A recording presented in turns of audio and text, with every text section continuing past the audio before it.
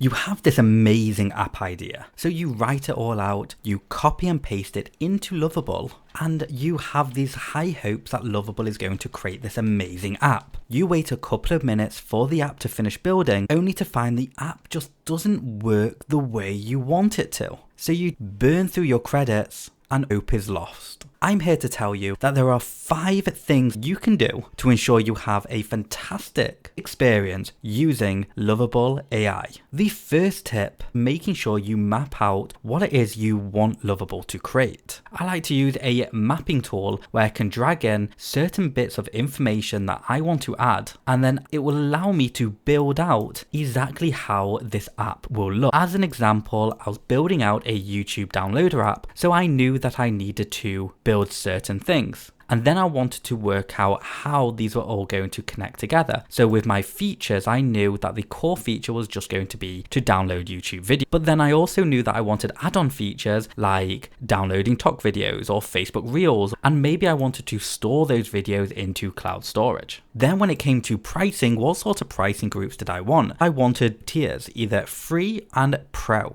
And then what sort of design did I want for the initial app? I just wanted to keep it simple. I wanted a logo and an input field where the URL could be entered. I also needed an admin dashboard. All I really wanted for this was for the app to show me all of the free and paid users so I could control what goes on with each individual user. And then I wanted to decide how the payment was going to be taken. Did I want to use Lovable's built-in things like the Stripe payment gateway, or do I have other softwares that I actually want to connect it with? In this instance I did, so I wanted to connect it with Zapier, which will then connect to my funnel builder. Then it will take them to an order page and the payment can be taken through Stripe and PayPal. We could automatically send an email back to the customer, which will then connect back to the app and create the account. When you focus on building one thing at a time inside Lovable, you can start ticking things off. I know exactly where I'm up to. I know that I've done the core features because now these are faded out. I know that I've done the pricing, the design, minus the logo. I know that I've done the admin dashboard. So this makes it a lot easier to stay in control of your project because Lovable is super creative. You can really help build out your app. Number 2 is using the built-in knowledge base that Lovable lets us customize. Inside your Lovable project, go to your settings and then go to knowledge. Inside this area, you can say things like follow best coding practices, keep the code simple and lightweight, and essentially give it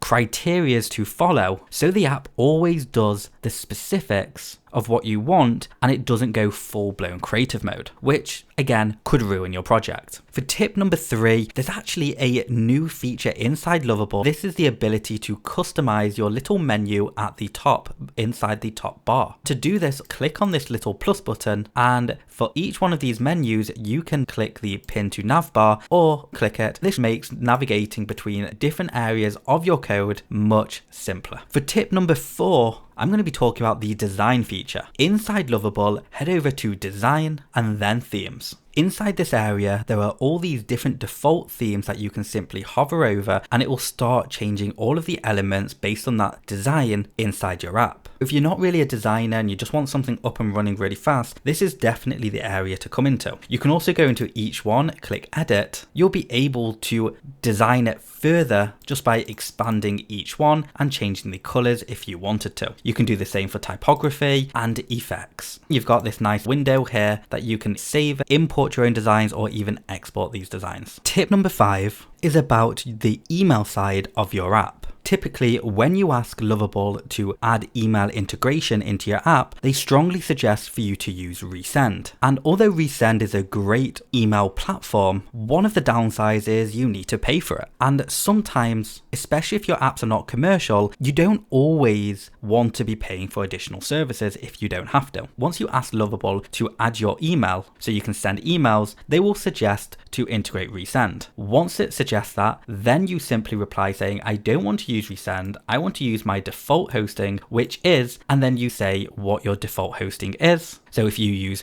HostGator or 20 or GoDaddy, you can just say, I want to use my default hosting from this company. It will then say, okay, no problem. Please enter the account details for that.